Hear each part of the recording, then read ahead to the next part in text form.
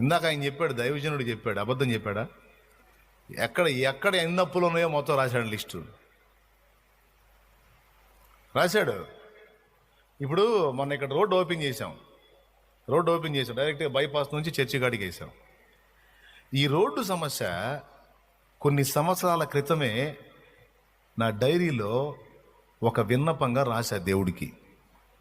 నా డైరీలో చిన్న చిన్న బజారుల్లోంచి ప్రజలు వెళ్ళటం రావటం కష్టమైద్ది కనుక మందిరానికి విశాలమైన రోడ్డు కావాలి తండ్రి అని రాశా. ఎప్పుడు రాశా నా విన్నపం? కొన్ని సంవత్సరాల క్రితం. ముందు మందిరాన్ని డెవలప్ చేసి దీన్ని అన్ని విధాల తీర్చిదిద్ది ఆ తర్వాత అటుపక్క ఓపెన్ చేసి ఇక నడిపిస్తున్నాడు. ఇప్పుడు అంటే మనం ఏదో ఇట్లా చేస్తే జరిగిద్దంటావా